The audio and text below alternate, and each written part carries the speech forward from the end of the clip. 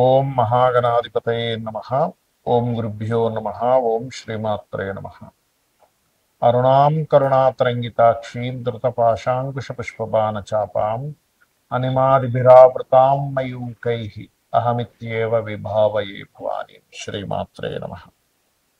ప్రేక్షకులకి ఆ లలితాంబిక అమ్మవారి యొక్క అనుగ్రహం పరిపూర్ణంగా కలగాలని మనస్ఫూర్తిగా కోరుకుంటూ మనం ఈరోజు సెప్టెంబర్ మాసంలో ఆ మాస ఫలితాలు ఏ విధంగా ఉన్నాయి, మరియు ఏ విషయాలు మీకు బాగా కలిసి వస్తాయి, ఏ విషయాల పట్ల మనం జాగ్రత్తగా ఉండాలి, అలాగే ఈ నెలలో అసలు గ్రహాలు ఏమేమి మారుతున్నాయి చూసుకున్నట్లయితే రవి 17వ తేదీ సింహరాశి నుంచి కన్యారాశిలోకి వస్తాడు.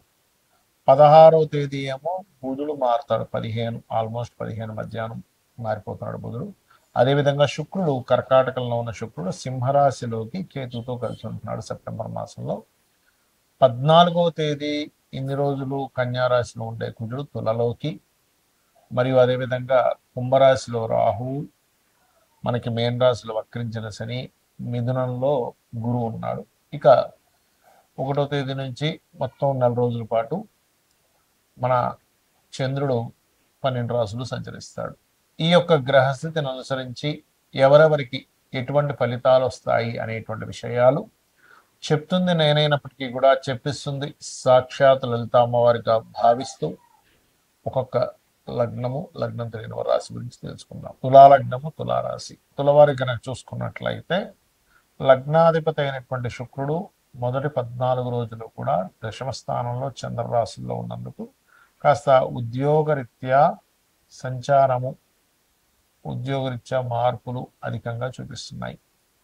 అయితే ఇక్కడ మీరు ఎప్పుడైతే శుక్రుడు ఏకాదశంలో కేతువుతో ఉంటాడో 14 తర్వాత నుంచి వ్యాపారాల్లో ఉండేవారు కొంచెం జాగ్రత్తగా ఉండాలి. బికాజ్ ఆఫ్ ఇక్కడ సప్తమాధిపతి అయినటువంటి కుజుడు కూడా లగ్నంలోకి వస్తున్నాడు. లగ్నాధిపతి వెళ్ళి శుక్రుడు వెళ్ళి కేతువుతో కలుస్తున్నాడు. ఈ కాంబినేషన్ ఏదైతే ఉందో ఇది కొంచెం వ్యాపార సంబంధించిన విషయాల్లో కొద్దిగా జాగ్రత్తగా ఉండాలి అనేటువంటి చూపిస్తుంది. కాకపోతే 12వ స్థానంలో మీకు బుధాదిత్య యోగం ఏర్పడుతున్నందుకు ఇన్వెస్ట్మెంట్స్కు ఒక రకంగా మంచి సమయంగానే చెప్పవచ్చు ఆఫ్టర్ 14th తర్వాత. అలాగే 1వ తేదీ ఎప్పుడు కూడా మీరు ఉద్యోగంలో మీరు ఎవరికైనా ధనం ఇవ్వడం, ఉద్యోగ సంబంధించిన విషయాల్లో కొంత డెసిషన్స్ 1వ తేదీ ఎట్టి పరిస్థితుల్లో తీసుకోకండి. 7, 8 తేదీలు, ఎందుకంటే మీకు పంచమ స్థానంలో గ్రహణం పడుతున్నందుకు ముఖ్యంగా గర్భవతులు జాగ్రత్తగా ఉండాలి. ఈ గ్రహణం ఈసారి మనకి ఇండియాలో ఉంటుంది కాబట్టి. అలాగే కొన్ని లావాదేవీలు, కొన్ని అనుకున్నది కొంత అగ్రిమెంట్స్ అవ్వడానికి అది 14 తర్వాత చాలా బాగుంది అనేటువంటి పరంగా చూపిస్తుంది. కాకపోతే కొత్త నిర్ణయాలు, రాజకీయ సంబంధించిన నిర్ణయాలు కానివ్వండి, సంతాన సంబంధించిన విషయంలో నిర్ణయాలు కానివ్వండి, సంతానం కోసం చేసే ప్రయత్నాల్లో ముఖ్యంగా గ్రహణం నుంచి 41 రోజులు IUI, IVF చేయించుకునే వాళ్ళు చాలా జాగ్రత్తగా ఉండాలి. ఇక 14 నుంచి ఎప్పుడైతే లగ్నంలో కుజుడు వస్తున్నాడో కాస్త ఏంటంటే పార్ట్నర్స్, జీవిత భాగస్వామి వాళ్ళ నుంచి మీకు ప్రెజర్ అధికంగా ఉంటుంది. ఏదైనా మారాలనుకుంటే 14 రూపాయలే మీరు ఉద్యోగం మారడానికి అనుకూలంగా ఉంది. కాకపోతే ఇక్కడ వ్యాపార రంగాల్లో ఉండేటువంటి వారు, అందులో ముఖ్యంగా వాహనాలు, అదేవిధంగా సినిమా ఫీల్డ్ రంగాల్లో ఉండేటువంటి వారు, ఫ్యాషన్ రిలేటెడ్ ఇట్లాంటి రంగాల్లో ఉండేవారు ఆఫ్టర్ 14th తర్వాత ఆ శుక్రుడు వెళ్ళి కేతువుతో కలుస్తున్నందుకు కాస్త జాగ్రత్తగా ఉండాలి. ఇక మీరు నిత్యము చేయవలసినటువంటి దేవత ఆరాధన, దుర్గాదేవి యొక్క ఆరాధన చేయండి. ముఖ్యంగా గ్రహణం రోజు జపం చేసుకోండి, చాలా చక్కటి ఫలితాలను ఇస్తాయి.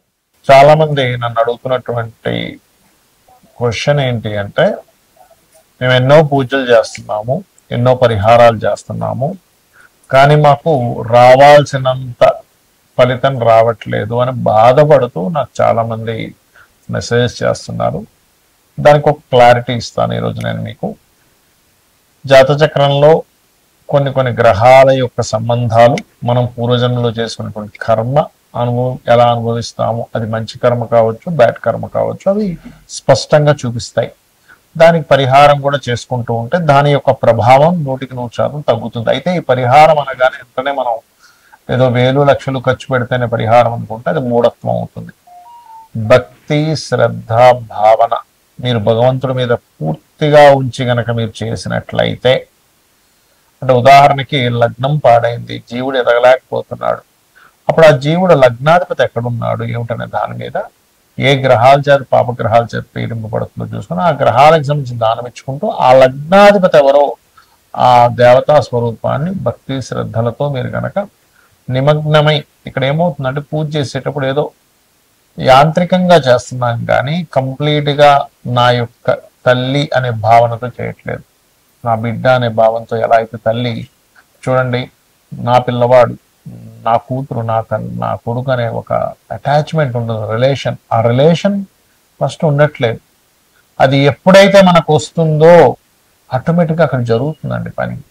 అది లేకపోవడం వల్ల, కనెక్టివిటీ లేకపోవడం వల్ల మనం ఎన్ని పూజలు చేస్తున్నా సరే దాని ఫలితాలు అంతంత మాత్రంగానే వస్తున్నాయి. కాబట్టి మొట్టమొదటిగా మీరు చేయవలసింది ఏమిటంటే ఒక భగవంతుణ్ణి ఒక ఏటీఎం మిషన్ లాగా, ఏటీఎం కార్డ్ లాగా చూడడం మానేసి ఒక సాధనా మార్గంలో ఉండాలి. నేను ఒక సాధన చేస్తున్నాను, రోజు అనుష్ఠానం చేయడం, రోజు నిత్య దేవతారాధన, ఒక మనిషిలాగా, ఒక మదర్ లాగా. చాలా మంది ఏం చేస్తారంటే ఇక్కడ రెండు విషయాలు జరుగుతుంటాయి వాళ్ళ జీవితాల్లో. ఒకటి, వాళ్ళకి కష్టాలు వచ్చినప్పుడు తీరుతూ ఉన్నాయనుకోండి, ఏదైనా దేవత దగ్గరికి వెళ్ళినప్పుడు ఇంకా అలా పట్టుకొని వెళ్ళిపోతూ ఉంటారు. కానీ ఎక్కడికైనా వెళ్ళినప్పుడు ఒక పూజ లేకపోతే చేయించుకుని అక్కడ వాళ్ళకి తీరలేదనుకున్న వదిలేస్తుంటారు. నేనేం చెప్తానంటే, నువ్వు సొంత తల్లిని నీకు కష్టాలు వచ్చినప్పుడు వదిలేస్తావా? సొంత తల్లిని వదలం కదా. అలాగే సేమ్ యాజ్ ఇట్ ఈజ్ మనం ఇంకా ఏం చేస్తాము, కష్టాలు వచ్చినప్పుడు వదలము. ఇంకొంతమంది 4 డబ్బులు రాగానే దేవుడిని మర్చిపోతారు. మన సొంత తల్లిని ఇంకో 4 డబ్బులు వస్తే ఇంకా అమ్మని ఇంకా కారులో తిప్పుతాను, ఇంట్లో మంచి బెడ్రూమ్ కట్టిస్తాను, మా అమ్మకి పెద్ద పూజ గది కట్టిస్తాను అనుకుని ఉంటాం. అలా ఏంటంటే ఫస్ట్ వి ఫీల్ మదర్, తల్లి, నా కొడుకు అనే ఫీల్తో మీరు భగవంతుని పూజించండి. అప్పుడు మీరు ఎటువంటి పరిహారం చేసినా సక్సెస్ అవుతుంది. అయితే ఈ పరిహారం చేసుకునే విషయంలో పాయింట్ పట్టుకోగలగాలి కరెక్ట్గా.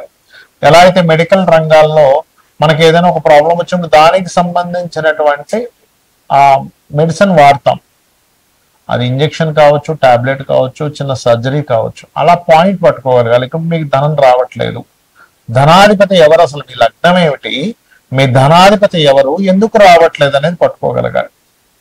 3వ అధిపతి, థర్డ్ లార్డ్ అయినప్పుడు 3వ స్థానాధిపతి ఎవరు అంటే రిలేషన్స్ ఎందుకు సరిగా ఉండట్లేదు, మీ అన్నదమ్ములతో కావచ్చు, అక్క చెల్లెలతో కావచ్చు, ఎక్కడ ప్రాబ్లం వస్తుంది, పాస్ట్ లైఫ్ లో చేసిన కర్మ ఏమిటనే దాన్ని పట్టుకోగలగాలి. దాన్ని రెమెడియల్ గా చేసుకుంటూ దాని మీద మీ యొక్క ఆలోచన విధానం కానివ్వండి, మీ యొక్క తత్వం కానివ్వండి మారగలగాలి, గుర్తుపెట్టుకోండి. అలాగే ఏ డైరెక్షన్ ఉండే అన్ని డైరెక్షన్స్ మంచివేనండి. వాస్తులు ఎక్కడ కూడా ఈ డైరెక్షన్ మంచిది కాదని చెప్పలేను, ఆల్ డైరెక్షన్స్ ఇస్ గుడ్. కాకపోతే అందులో మీకు ఏది బాగా కలిసి వస్తుంది, ఏ ఫేసింగ్ మీకు బాగా కలిసి వస్తుంది, ఎప్పుడు గృహం కట్టుకుంటే మంచిది, ఇవి తెలుసుకోగలగాలి. అంతేగాని ఆ గృహంలోకి వెళ్ళి నాకు ఇబ్బంది అయిందండి, ఈ గృహంలోకి వచ్చాక బాగుందండి కాదు.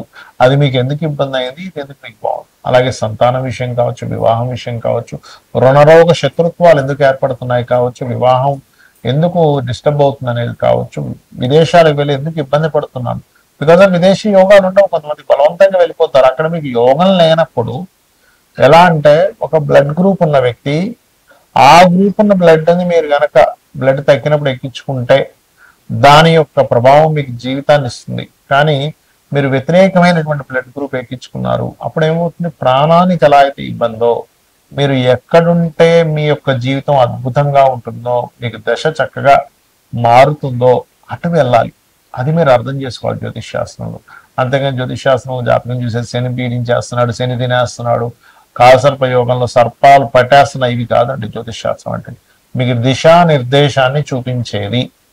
అందులో ఈ గోచార ఫలితాలు ఏమిటి అంటే, ఇప్పుడు కాలం ఇలా ఉంది, గ్రహస్థితులు ఇలా ఉన్నాయి, కాబట్టి నేను ఎలాగా ఉండాలి నా లైఫ్ లో అనే విషయాన్ని తెలిపేది గోచారం. కాబట్టి భక్తి, శ్రద్ధ, భావనతో అమ్మవారిని పట్టుకోండి. ప్రతి దాంట్లోనే అమ్మవారు ఉందనేటువంటి ఫీల్ తో మీ యొక్క జీవితాన్ని గడపండి, ఒక సాధనలా గడపండి.